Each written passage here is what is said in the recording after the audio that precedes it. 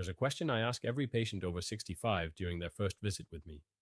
How many times do you wake up at night to use the bathroom? Most of them pause before answering, not because they know exactly, they've been counting for months or years, but because nobody has ever asked them before. Or if someone asked, the answer was filed away without consequence.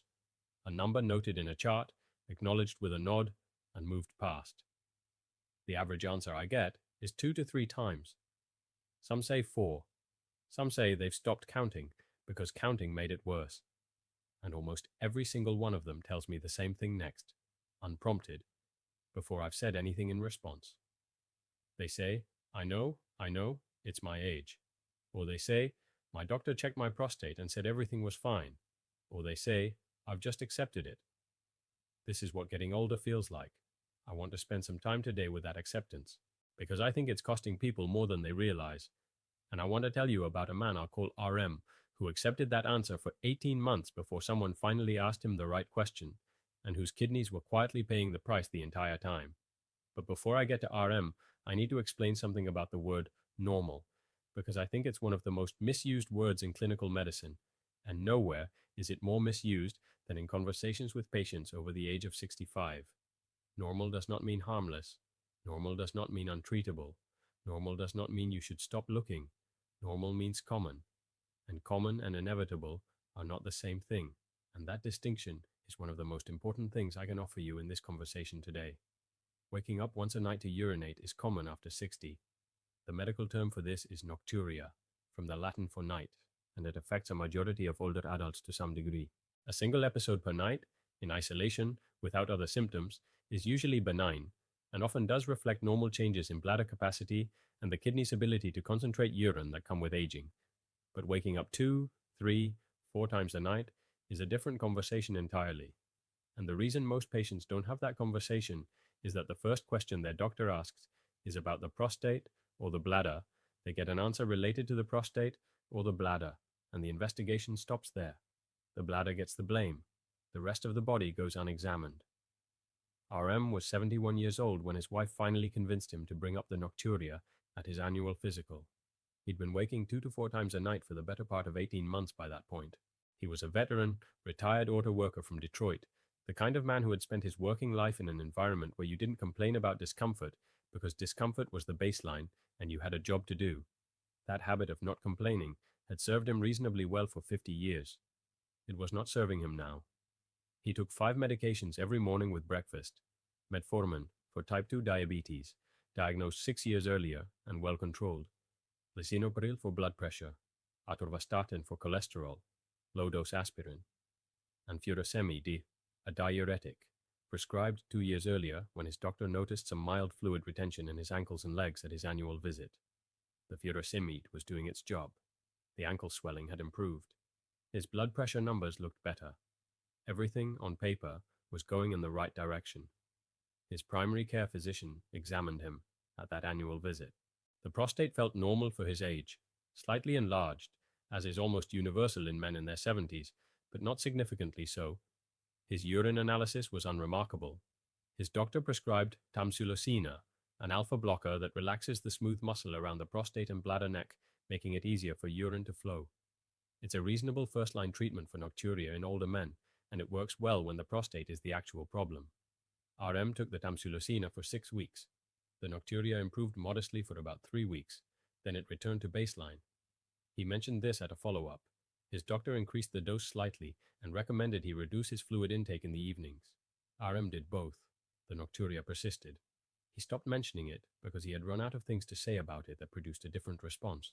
I want to pause here and tell you about something that was happening in RM's blood during those 18 months, because this is the part of the story that transforms it from an inconvenience into something more serious. In every set of annual labs, RM had, over the previous 3 years, his serum creatinine had been slightly above the normal range for his age.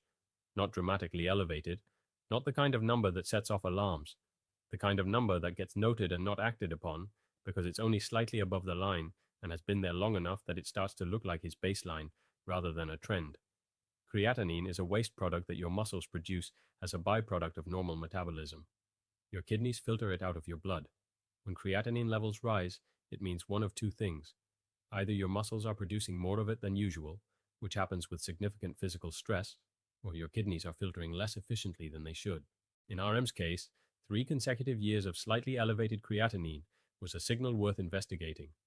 It hadn't been investigated because each individual value was only marginally outside the normal range, and because nocturia and creatinine were being managed as 2 separate unrelated problems by the same doctor. They were not unrelated. To understand what was actually happening to RM, I need to explain something about how diuretics interact with daily life, particularly for older adults who spend significant portions of their day sitting. Furosemide works by telling the kidneys to excrete more sodium in the urine. Where sodium goes, water follows. The result is increased urine production, reduced fluid volume in the circulatory system, and lower blood pressure. It's one of the oldest and most effective cardiovascular medications we have, and it works exactly as intended. The timing of when you take it, however, matters enormously. And it interacts with something called gravitational edema in a way that most patients, and honestly, many physicians, don't fully account for. Gravitational edema is what happens when fluid accumulates in the lowest parts of your body during the day because of gravity. When you're sitting or standing, the veins in your legs have to work against gravity to return blood to the heart. In younger people with good venous tone, this is a minor inconvenience the body handles efficiently. In older adults, particularly those with any degree of venous insufficiency, mild heart dysfunction, or reduced physical activity, it's a significant daily event. Fluid leaks from the capillaries into the surrounding tissue and pools there, producing the ankle swelling that RM's doctor had originally prescribed the furosemide to address. RM's furosemide was prescribed to be taken in the morning, which is standard practice. He took it faithfully at 8 a.m. every day with his other medications. The problem was that RM retired 3 years ago and now spent a significant portion of his mornings seated, watching the news, reading, doing light tasks around the house. He wasn't sedentary by any measure, but he wasn't on his feet moving for extended periods the way he had been during his working years. Throughout the morning and afternoon, despite the furosemide, fluid was slowly accumulating in his lower legs and ankles. Not dramatically. His wife noticed his socks leaving marks. He noticed his shoes feeling tighter in the late afternoon. Both of them had accepted this as normal for his age. When RM went to bed at night, something changed. Lying horizontal, gravity was no longer pulling fluid toward his feet. The fluid that had accumulated in his tissues during the day began to re-enter his circulatory system, a process called fluid redistribution, which happens predictably in anyone with significant daytime edema when they lie down. His circulatory volume increased. His kidneys, receiving more blood volume than during the day, responded by producing more urine. Between midnight and 4 a.m., RM's kidneys were processing the fluid that his legs had been holding since morning. He was walking to the bathroom 3 times a night to urinate the fluid out of his ankles.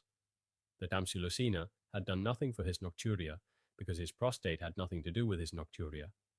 The instruction to reduce evening fluids had done nothing because the fluid producing the nocturia wasn't coming from what he drank in the evening. It was coming from his legs. And here is where the kidney story becomes important, because it connects the nocturia to something more serious than disrupted sleep. The cycle RM was experiencing, significant daytime fluid accumulation followed by overnight redistribution and excretion, was creating a pattern of daily mild dehydration and then overnight fluid loading that his kidneys were managing, but not without cost.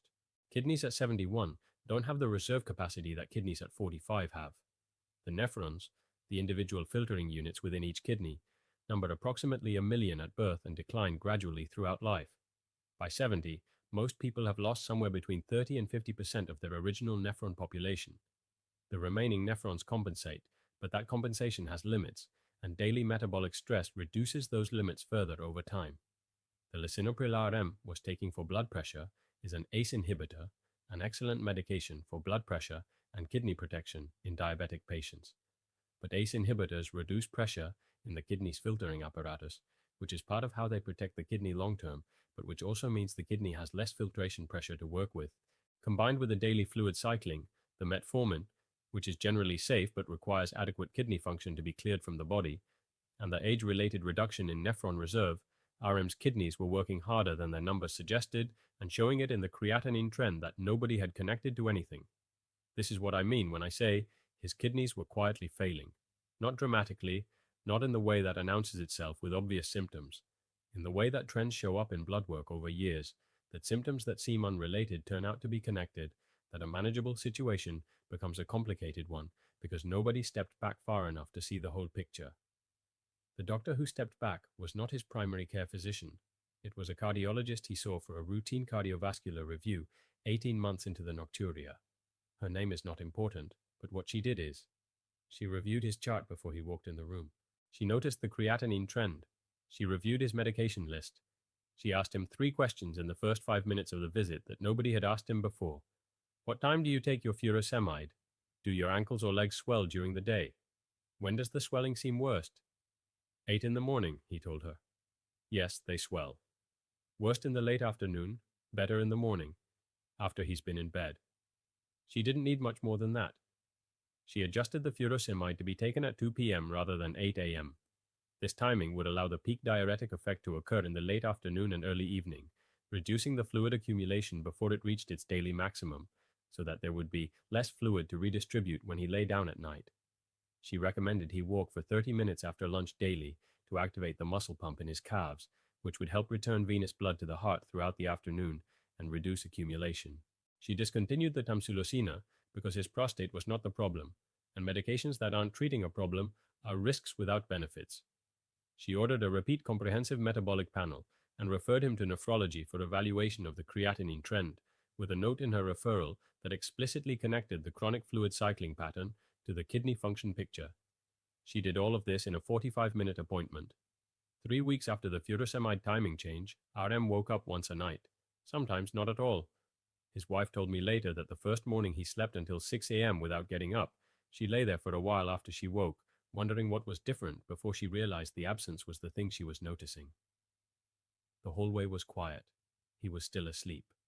His nephrology evaluation found early chronic kidney disease at stage 2, meaningful, requiring monitoring and some medication adjustments, but entirely manageable with appropriate follow-up.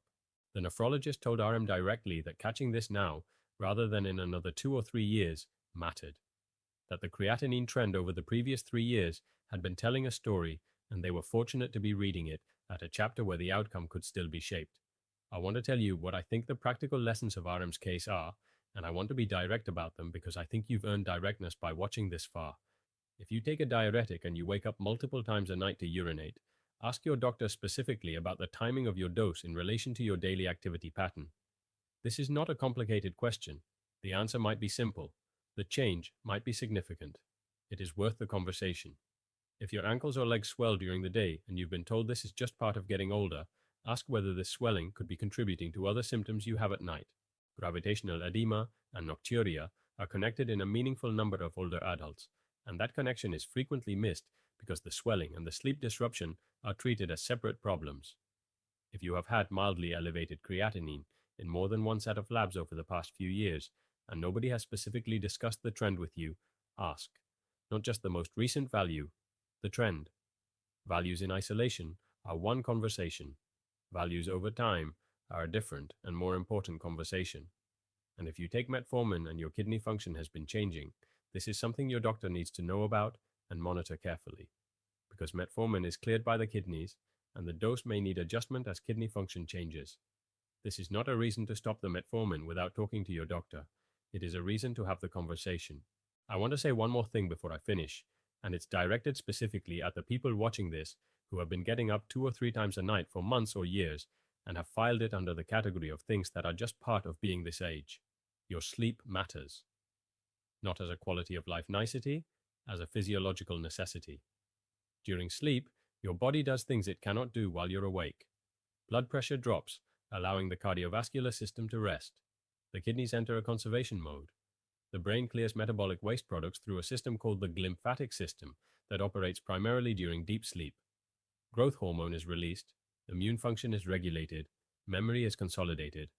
When you wake 2, 3, 4 times a night, you are not just losing minutes of sleep.